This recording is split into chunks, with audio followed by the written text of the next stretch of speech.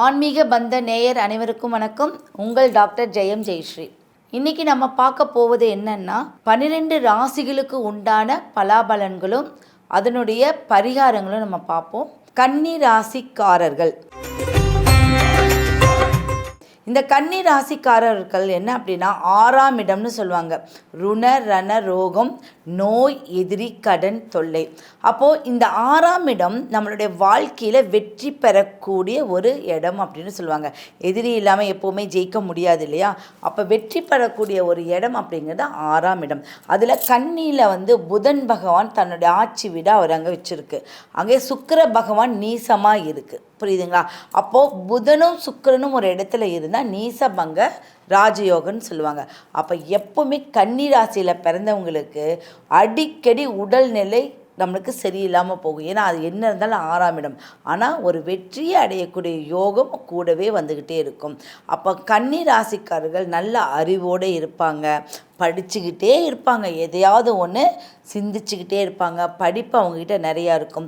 அந்த கன்னிராசியில் இருக்கிறவங்களுக்கு திருமண வாழ்க்கை அப்படின்னு பார்த்திங்கன்னா கொஞ்சம் கிராஜுவிட்டியாக தான் இருக்கும். எப்போவுமே ஒன்றா லேட் திருமணம் இருக்கும், இல்லை திருமணமே பண்ணிக்க மாட்டாங்க, இல்லை அந்த திருமண வாழ்க்கையில் அவ்வளோவா அவங்களுக்கு பிடிப்பு இருக்காது.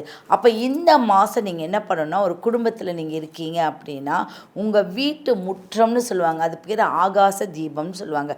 உங்கள் வீட்டு முற்றத்தில் 2 விளக்கு நீங்கள் போட்டுட்டு வாங்க.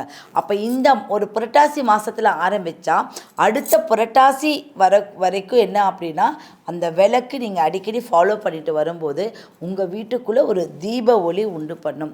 இந்த புரட்டாசி மாதத்தில் முன்னோர்களே வர வைக்கக்கூடிய ஒரு முறைன்னு சொல்லுவாங்க. மகாலய அமாவாசை இருக்குது, மகாலயபட்சம். அப்போ இந்த முன்னோர்களே வர வைக்கும் முறை என்ன அப்படின்னா அவர்களுடைய ஆசீர்வாதம் இல்லாமல் எந்த தெய்வத்தின் ஆசீர்வாதம் நம்மளுக்கு கிடைக்காதுன்னு சொல்கிறது தான் முன்னோர்கள் வழிபாடுக்கு அமாவாசை அப்படின்னு வச்சுருக்கோம், மகாலய அமாவாசைன்னு அப்படின்னு வச்சுருக்கோம். அப்போ இந்த கன்னி ராசிக்காரர்கள் என்றைக்குமே அமாவாசையை மிஸ் பண்ணாதீங்க. அந்த அமாவாசை அப்படிங்கிறனால ஏதாவது ஒரு கோயில், அப்படி இல்லைன்னா வீட்டில் ஒரு விளக்கேற்றி வழிபடுவதன் மூலமாக உங்களுடைய முன்னோர்களுடைய ஆசீர்வாதம் உங்களுக்கு கண்டிப்பாக கிடைக்கும். நீங்கள் செய்ய வேண்டியது அப்படின்னா அனந்த சயன பெருமாள், நின்ற பெருமாளை விட அனந்த சயன பெருமாளை வழிபடுவது உங்களுக்கு சிறந்த ஒரு அமைப்பு. நின்ற பெருமாளை வழிபடும் போது உங்களுக்கு பணம் தங்காது, பெருசாக உங்களுக்கு அது முன்னேற்றம் இருக்காது. அதே அனந்த சைனத்தில் இருக்கக்கூடிய பெருமாளை பார்த்துட்டு வந்தீங்கன்னா அற்புதமான ஒரு பலன் கிடைக்கும். நீங்கள் எது செஞ்சாலும் வெற்றி கிடைக்கும். நீங்கள் உங்களுக்கு நரம்பு பிரச்சனை, உங்களுக்கு கழுத்தில் அடிக்கடி, இப்போ பார்த்திங்கன்னா கன்னி ராசிக்காரங்கள் யாராக இருந்தாலும் பரவாயில்ல, நீங்கள் யோசிச்சு பாருங்கள், எப்போ பாரு கழுத்தை இப்படி ஆட்டிகிட்டே இருப்பாங்க, நட்டை எடுத்துக்கிட்டே இருப்பாங்க. அது அவங்களுடைய குணாதிசயம். அதில் என்ன அப்படின்னா உங்களுடைய உடம்புல அப்பப்போ ஒரு பிளாக் உட்கார்ந்துக்கும். அது என்ன அப்படின்னா முடக்கம். அந்த முடக்கத்தை நிவர்த்தி செய்யக்கூடியது தான் இந்த பெருமாள் கோயிலுக்கு நீங்கள் போகணும். நீங்கள் தினம்தோறும் இரவு படுக்க போகும் முன் ஒரு மண் பாத்திரத்தில், ஒரு மண் டம்ளரில், மண்பானை டம்ளரில் பச்சை கற்பூரத்தை போட்டு அந்த நீரை ஃபுல்லாக உங்கள் பக்கத்தில் வச்சுக்கோங்க.